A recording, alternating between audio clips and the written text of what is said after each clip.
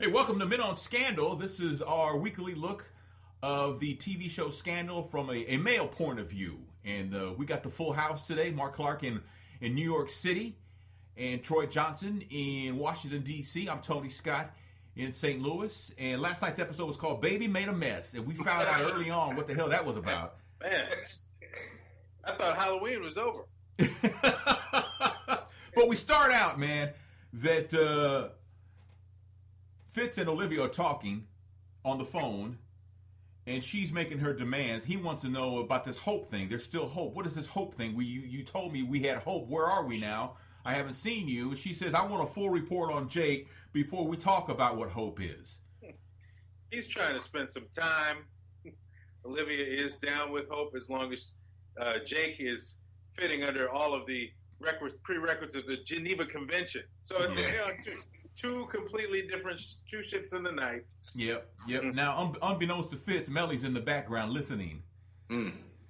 That's because understand, this is Melly 2.0. This isn't the old Melly. This ain't even Smelly Melly. This is the new Melly. Yeah, but Fitz was that smelly Melly's old spot, though, on the porch. For that fried chicken. She had a fried chicken moment. Flashback. Wait a minute, man. What? To fast forward a little bit, man, when she called herself Chicken Fried Melly, I thought I was gonna just lose it, man. But that was later. Everybody had jokes. Everybody had jokes this episode. Yeah. Quinn is questioning Caitlin's father and tells him why she really died. And she says she grabbed a folder that had nothing but pictures of Olivia Pope. Why is someone taking pictures of my boss is what Quinn asked this man. And he says, you can't stop what's coming. I'm sorry, I can't help you. And then he has himself a lead sandwich and kills himself. Well, the funny part, he did. He ain't gonna stop. The funny part to me was Quinn's concern about a gun. You ain't scared of no gun. She was like, oh. He just rolled in somebody's house, bold, showed his chest back, and he pulled a gun. She was like, oh, a gun. Man. 2 weeks ago, you were in the morgue digging in some little girl's stomach, pulling out a key. Now you're all queasy about a suicide? Come on, man. That's the only part that I was like, wait a minute. Yeah. She did play it cool, though, in somebody else's house for a minute. Yeah, we'll get to that. Tell me about these pictures. What the hell are you doing in my house? We'll talk about that later. Man, Senator Lewis McConnell is on tape crapping in his diaper. He has on a diaper. He doesn't have on like a Depends thing. He has on like a baby diaper. I'm assuming he's a freak. He's got this fetish thing or something that we watch on Real Sex every once in a while. So I've heard. Or he just came from a Parliament concert. It could go either way. Go either way. So this tape of him in the diaper with a woman and then crapping in his diaper, this tape gets out. So he has to resign his Senate seat. His replacement, per the White House, with their endorsement, is Charles Putney, known as Chip. Now, we come to find out moments later that Chip is actually Abby's ex-husband. Okay, who in the room didn't know that, though? I mean, the president act like he didn't. They all knew that. They knew. Cyrus clearly let it be known that I know who he is right before they went into the Oval Office, him and Abby. So they knew. So what was the purpose of acting surprised? The president saying, "Oh." Well, they did leave her out of the loop again. When they did leave her out of the loop again. Press conference, I guess, for real reason, because it was her ex-husband. Yeah, well, they did leave her out of the loop, and that's kind of messed up. But their reason being what? Was this a way to shut her down because of what she had told Cyrus last week, that she knew about the new apartment and the new phone that he got for somebody? Was this, she got kind of, she kind of told him a little bit, you may think you got me, but I got you too. Was this their way of neutralizing her, or was that not even on the table? Tony, that's very your female hormones are very responsive today. That's a interesting take, because you're right. Like, that would be a very patriarchal thing to do, to put her in her place, because the president was a little salty. Cyrus was a little salty, so yeah, why not? But I don't know if that was part of it, but that was a great observation. Troy checked Tony's breasts. He's very in tune today. Yes, he is. So Huck is having a ball, man. He's playing video games with Javi, and he's having a great time with that. And Javi wants to hang after school, and Huck says, yeah, okay. Well, because Javi thinks he's playing with another kid, or does he? We'll find out later. Now, Olivia goes to see Abby, who for some reason is like under her desk or behind her desk down on the floor. Apparently, after Abby found out that Chip, her ex-husband, who used to beat the crap out of her, was the president's nominee to replace the Senator Diaper Man. After she found out, she went to the bathroom and she threw up all over her dress. Mm-hmm. You know? She says, you know, she wants to cry. Olivia says, cry. She goes, no, press secretaries can't cry. That's like a rule. And Olivia asked Abby, if you cried, you wouldn't have thrown up. See, that's the thing. It's better to do both. You can't do both, man. It's better to cry than to throw up on your dress. Well, that's true. Yeah. I'm glad Olivia didn't have to pull out that one face she does that would fit perfectly. Like if Abby's breath was stinking, that one face Olivia does that, it would have worked. But she didn't use it. She was a friend. Yeah. Because you know how it is. That after throw up breath is bad. Man. Olivia asked Abby, what do you want? In other words, who do you want me to pope? Who do you want me to pope? That's right. You know, and Abby says, you can't handle this. And Olivia says, watch me. So Olivia's, I guess they have mended fences. It's pretty obvious, I think last week, that they're friends again. And Olivia's there for Abby. Abby's there for Olivia. And Olivia wants to do something about it. But Abby doesn't think that anything can be done because, you know, he's been endorsed by the president. Mm-hmm. So Olivia's thinking, well, whoever's going to run against him, you know, because this woman, Susan Ross, she bogarts Susan Ross's campaign office. She goes right in there, and she wants to run Susan Ross's campaign. She tells her free of charge. You know, and she goes in there hard, man. And she, you know, take that sign down. She snatches some phone out of some girl's hands and says, "You get it back when you finish doing what I told you to do." And you know, I think that could work in real life. I think somebody, I don't know where, you know, somebody could actually pull that off. You know, just walk into a place, you know, right. This pizza is not at the right temperature. I'm going to need you to take it back and let's get another one out here. And then we're offering 50% off, you know, just like go. Yeah. Somebody could pull that off, man. Nowadays, because people don't pay attention anymore. When she took the girl's phone, she was had that stunned look like, what? You know. Wait a minute. What was that look again, man? What?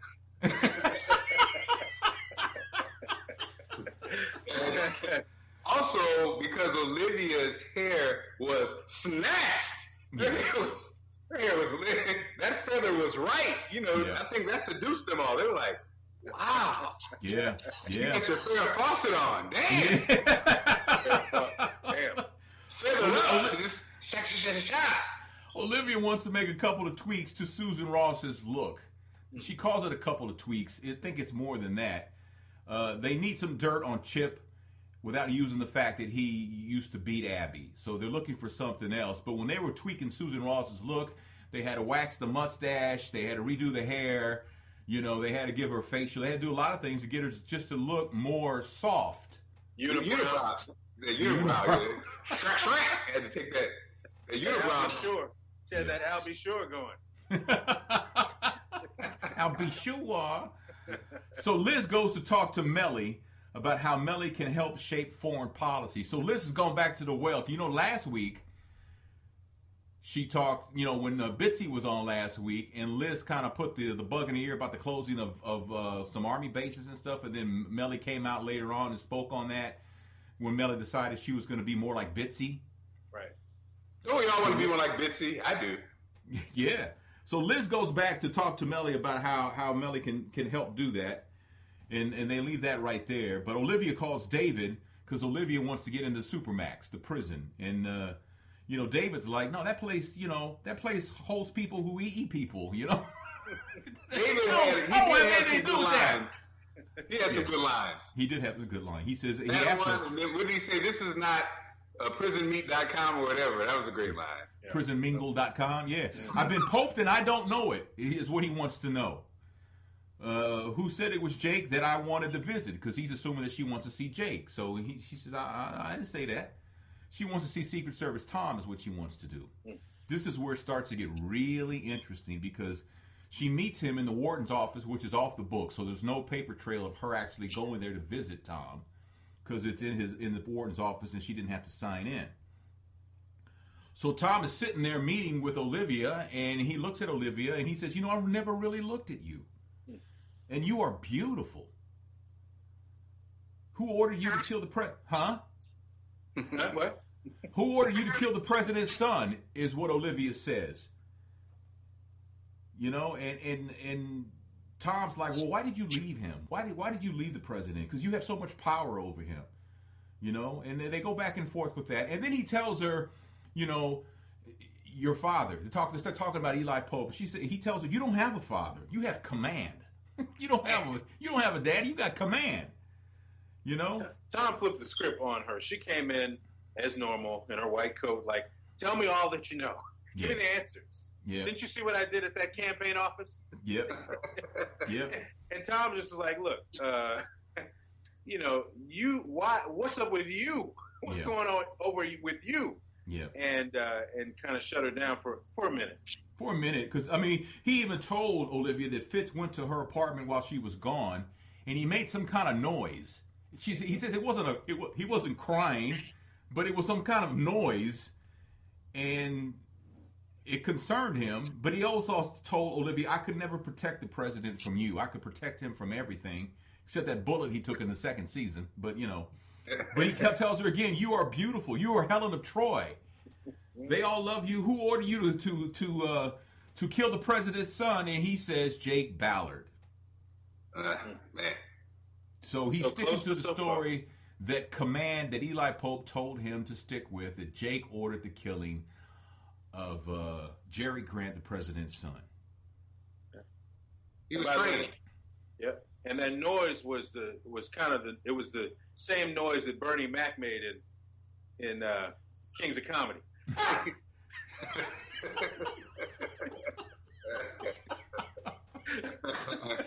The exact same noise.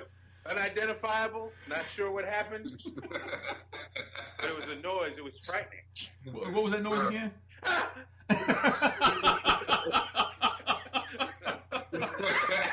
So Susan, Tom didn't share that the president was smelling her couch too. Well, you know what? And I think we all benefited from that, holding back that little nugget. Thank you very much. So Olivia's back with Susan Ross, who's going to run against Chip for the Virginia Senate seat, trying to do a political ad. But Susan is blinking too much, and then Olivia tells Susan, don't blink so much. So now Susan's reading the copy she's like this, right? She's and they turn around and see Huck playing with Susan's daughter, and they, light goes off in their head, and they decide to have the little daughter do the spot. And the spot was a great commercial. It was a great spot for Susan Ross's campaign, and 6 hours after it was released, it went viral. If the Democrats had this past Tuesday, that kid could have cut all the ads. Yeah. That would have been helpful. Yep. Well. So after a long day's work, Abby's leaving, and she's in the parking garage, and she's walking to her car, and Chip catches Abby in the parking lot, and he wants to kiss and make up. And, he's talking that noise and stuff, and she clearly is terrified of him. And she opens her car door, and she's bent over reaching for something. He's like checking out the view, and then she comes back with a gun, man. She's ready to come out of a bag on him, man. Yes. I've got a 45 I want you to listen to. I mean, she was ready to kill him right there in that spot. She was going to I got a glockenspiel I want you to hear. So minus the spiel. So she does not shoot him, but she does go and see Olivia, and Olivia takes the gun from Abby. And Olivia wants Abby to tell her. Abby had the gun like for a 40-minute drive, walking in the building, on the elevator, on the escalator. The gun was still in her hand. Nobody's Give me the gun, Abby. Give me the gun. Give me the gun. She ordered a hamburger. She had the gun in her hand. That's right. She ordered it animal style, you know. I said animal style. Turn to the side, animal style.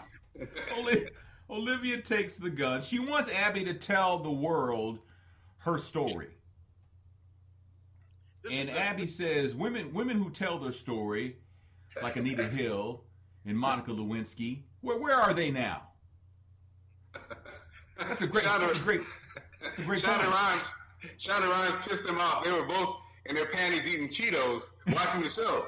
Like, what the hell? Ooh, man. Where are you, Shonda Rhimes? Why you gotta bring me up? Why you gotta bring me into this? Yeah. Go ahead, I'm sorry. I was gonna say, although Olivia was right, she was on her white horse, making a good point. Yeah. You can change the conversation. Abby was like, come on now. I will be an afterthought, a pimple on history's ass. Yeah. Damn. Yeah. So Fitz calls Olivia and tells her that Jake is eating 2,700 calories a day and he's exercising. He's fine. Olivia tells Fitz, I went to see Tom. Olivia knows Fitz tried to kill himself because Tom told her. I didn't know she didn't know that. But until Tom told her. Tom told her, you know, that Fitz tried to kill himself. But I always thought that Olivia knew early on, but I guess not. You assumed, Tony. Yeah. And, you know, Fitz asked her about this hope thing. Do we still have hope? Well, where are we with this? Were you lying when you said there's still hope? And she says, I don't lie. And he says, well, then come over here and prove it. And then Fitz starts to tell her what he would do to her. Yeah. You know, including, you know, you will find. Well, how did he say you would taste? You know what he said, Tony. You will know what you taste like or something. I don't know what that. I'm gonna kiss you in the mouth and you'll taste yourself. You'll be able to taste yourself. Yeah. He said, starting from the bottom, now we're here. And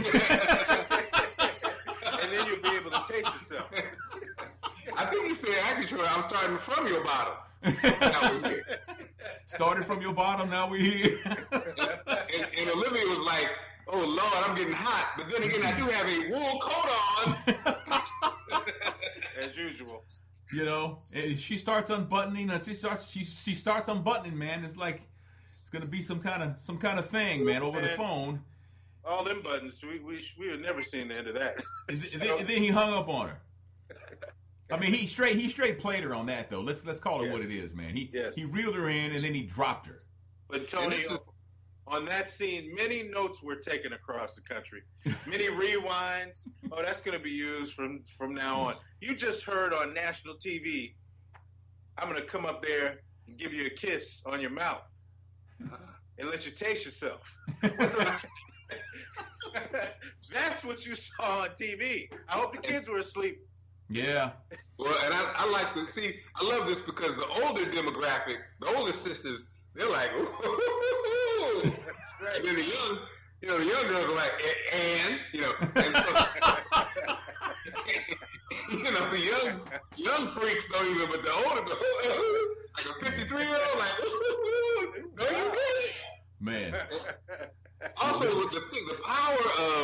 the power of phone play, it's like, it only works when somebody is really into you.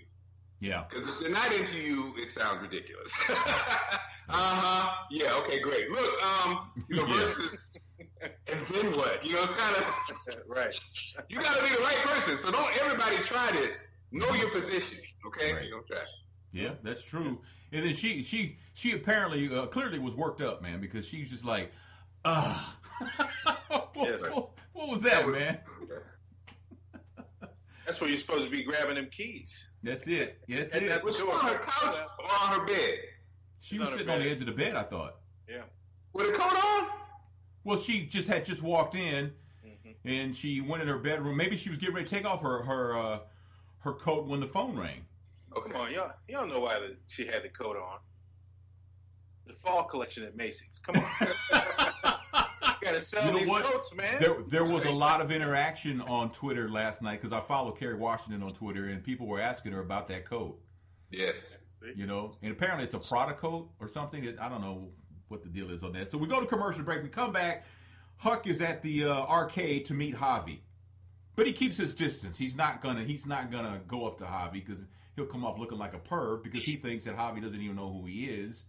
So he kind of just watches him for a while. That's the Huck I know. Someplace. That's the Huck I know. Go someplace with intuitive action and then not do it. Go ahead, Huck. I think also Huck's a great example of how it's all about context when you're talking about a grown person and a kid. Yeah. If we did not know the storyline, and we just saw the scenes, we'd be like, what is wrong with this dude right here? First a little girl, now a little boy, and then the only problem that is a problem though is I don't want my son just going to some arcade meeting some random people. Period. Kid or not. That's kind of scary, actually. That was kind of scary. Yeah. That was kind of scary. So Cyrus is told, early on in the episode, there was a shooting, a mass, some kind of thing happened in Angola outside the U.S. Embassy. And something was said, and Cyrus starts to wonder how this information got out, and did his new lover, his new boy toy, Michael, did Michael say something to somebody? So he starts to wonder. So he has one of his minions go through some transcripts and stuff to find out if Liz said anything about Angola. And he come to find out that this person who looked into it says, no, she hasn't said anything about Angola. So he's relieved in a way. You can see the smile on his face because now, you know, he can go back to loving on this man that he's in love with, right? So he tells the dude, take the rest of the day off. And the dude's like, you mean take the rest of the day off like I'm fired? Yeah. So clearly that guy has been threatened many times. But that was what about Cyrus? Cyrus is giving up to Cyrus's libido. Damn, Cyrus be getting it in, don't he? Back with a vengeance. So Susan Ross, though, the woman running for the Senate seat in Virginia against Abby's ex, Chip, as it turns out, was not married to her daughter's father. And Leo comes to tell Abby this information, you know, and Abby tells Leo what Chip did to her. You know, jaw wired shut, two new front teeth, and a collarbone that hurts every time it's getting ready to rain. Mm-hmm. Yahtzee. Yahtzee was the key word in that conversation. Right. Because Leo said Yahtzee when he told Abby that Susan Ross was never married. And with the Republican base, that's immoral to have a child and not be married. And that's when Abby tells Leo what Chip did to her. And it's important that she did tell Leo this because Leo was running Chip's campaign. Right. You know, so Eli knows that Olivia went to see Tom. Eli's waiting for Olivia at her apartment. And Olivia tells Eli, go home, Dad. And he just loses it, man. You do not disrespect me. You know? And then we get the weekly Eli Pope soliloquy right here, right? This is the weekly one that we get. When I strike, he says it's precise and it's for a reason. He tells Olivia, his daughter, you never choose one of them over me. Ooh, one of them? Wait a minute. One of them. One of them. I spent a lifetime shining their shoes. Right. So you could see your reflection. Well done, Troy. What's funny is the black man, the black father in you, when he talks, you do kind of listen. You be like, okay, I have daughters. Okay. You're crazy, but okay, but you're crazy. But you know what? While he's telling her this, she has a look on her face that I don't ever remember seeing. And it wasn't a look of fear. It wasn't a look of sadness. It wasn't the look of horror. It was a look of, I got your ass. All right? That's right. I get it now. And now you are messing with the wrong one. Right? Mm-hmm. I mean, that was the look she had on her face. Mm-hmm. And she told him, you wasted a lifetime doing all the wrong things. Damn. That's what I said. Damn. This is the point where if I had some popcorn, I would have been eating it at that point. Yeah. You knew it was coming. That look. Woo. That was. I mean, that wasn't a mean mug. That wasn't the side eye. That was like what? That's what that was. But I will say, she did have an advantage. That was a badass coat. That was a badass coat, dude. That was a badass coat, man. That was white. Oh, I'm going to have to get the wifey that one. That was a badass coat. You know, she knew she was looking right. She was like, yeah. You know what? You could probably find it in New York quicker than I can find it in St. Louis. Because that was, I wanted the coat. I was like, that's a badass coat right there. If I ever had a conversation with my father, yeah, I would have said that. No. You had that coat on too? Eli tells you spent your whole life, yeah, I don't know who you are. What's your name? You spent your whole life paying off that coat is what you did. And Eli tells her, against me, you will lose. Mm-hmm. So he's trying to intimidate her clearly, right? But that look on her face tells the story that I'm no longer intimidated by you. I know how to play your game. Right? That's the look. I mean, because like I said, I'd never seen that look on her face before. And you know what? This is a show of face looks. If you can't do your face right, you cannot be on this show.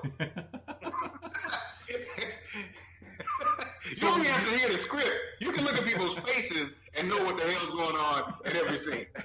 So we fast forward Tom's jail cell. All of a sudden, a door opens, bunk inspection.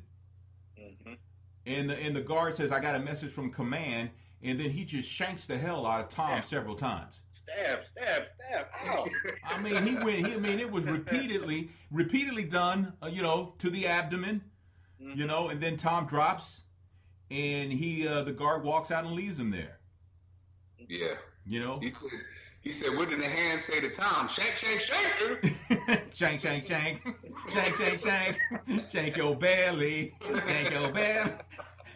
Quinn and Huck finally decide to tell Olivia that she's being targeted. They decide to tell her about this folder with all these pictures of her that they found that apparently the young Caitlin had taken, and it ended up costing her life. Mm-hmm. And Huck says, because Olivia's like, well, why didn't anybody tell me? And he took the fall for that. Because, he did tell Quinn, don't say anything yet. Yeah. Don't say anything yet. So Mellie is talking about White House dinners with a reporter, and then she starts talking about foreign policy, right? Cyrus and Michael are watching on TV. Now, early on, when this Angola thing happened, Cyrus told Michael that they were going to send in the USS Roosevelt.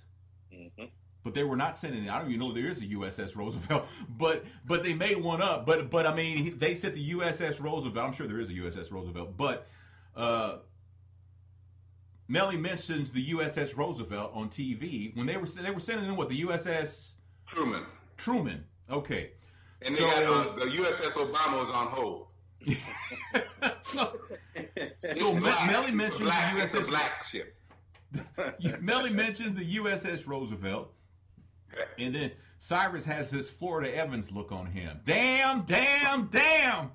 Man. Because now he knows. And the sad part was he had the coffee to wash the taste of himself off his mouth. So he was like, oh, damn. Michael went to get Cyrus some coffee. And he climbs back. Give me a coffee. Kind of Michael climbs back in the bed with Cyrus and says, I know all your weaknesses, Si. And Cyrus said, you do. Yes, you do. Yes, you do. You sure do. Gotta go. Man, is this Keurig? Man. So what do you know? The problem, we are open-minded, and we have friends that are gay. We love gay situations. This is what my only beef is. When you saw Mike lay on Cyrus's chest, I think he was caving it in. I mean, that's a big young man, and you're an old man. I don't know if his body can handle that. He's like, kind of that cut. That's why I needed a coffee, man. A little pick me up. So what do you think's going to happen to Michael? Oh, you know what's going to happen. I mean, is Charlie still available? I guess he is, because that was Cyrus's go-to guy when he wanted something, sinister to happen to one individual. He would go to Charlie. Oh, he's going to milk him first. He's getting to your girl. He's going to what? He's going to use him Yes. To his girl. Oh. Okay. Yeah. Yeah, he already milked him. He really used him to get. Give me a coffee. So Leo goes back to Abby and tells Abby that Chip withdrew his name. Chip admitted to setting up Diaper Boy, the senator that resigned. And Leo, after Abby told Leo what Chip did to her when they were married, I think Leo's the one who probably told Chip, you need to step down, because I know the truth. I know what you did to Abby. This is going to come out. You need to let this go. You need to withdraw your name from any consideration to be the senator from Virginia. I'm pretty sure that's what Leo told Chip. Mm-hmm. Because he also said, because I'm about to hit that. I think he said that. You know what? And Leo kissed Abby. Yeah, the bourbon kiss. The bourbon kiss. I thought about you, Troy. Was that old granddad? What did he roll? What did he go with, man? They had some Kentucky bourbon. Kentucky bourbon. Mm-hmm. I thought it was, at first, I thought it was that brass monkey. that funky monkey. Brass monkey. Funky monkey is code for a kiss after you've been drinking bourbon. And funky monkey is something you don't want to ever hear. You know what I'm saying? Anyway. Fitz and Melly.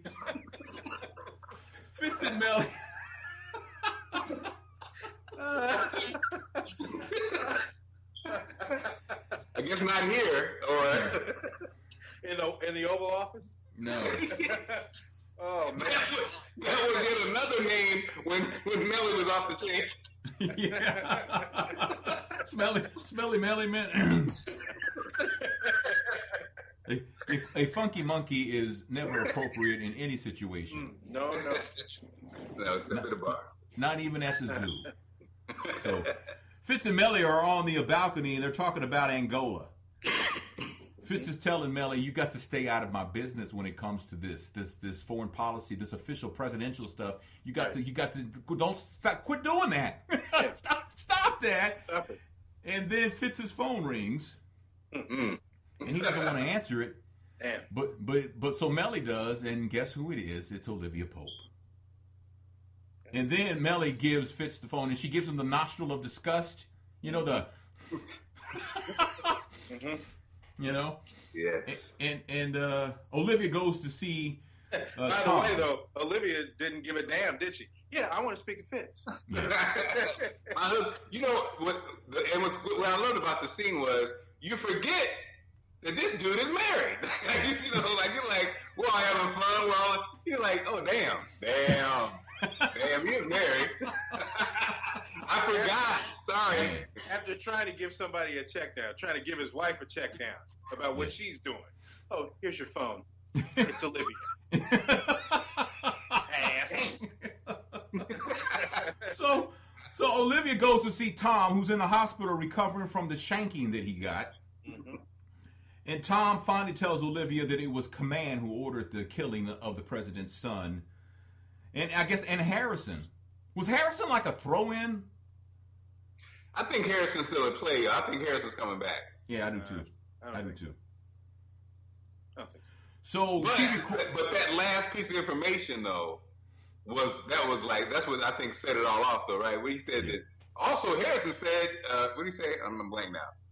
He said, he said what Command said. Yeah. If he's going to take my child, I'm going to take his child. Right. And so he put those words in the mouth of Harrison, right? Right. So it was like, what?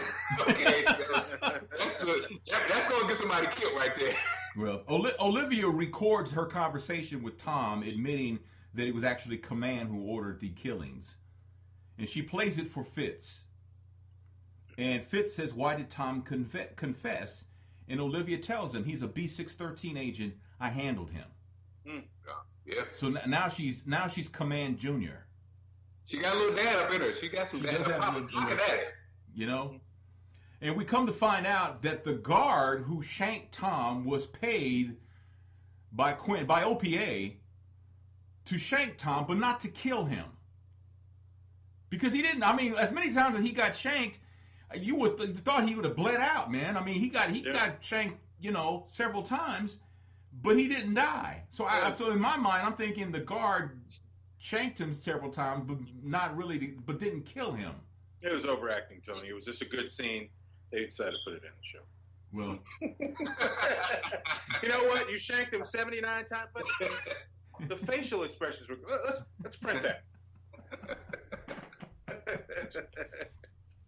So we switched to another scene. Javi apparently has hucked Huck. Yeah. And he has tracked Huck down, and he tells him, "I tracked you down by your IP address." Mm-hmm. Now, did Huck do that on purpose? Because Huck is a computer whiz, man. How could he be that careless by leaving his IP address open? Did he do that on purpose? Or he assumed that his child wouldn't be that adept. Yeah. I mean, he seemed genuinely shocked to see his son. And Javi knows that Huck is his dad. Yeah, I know. Well, Javi was glad because he thought his dad was Frederick Douglass based on those pictures.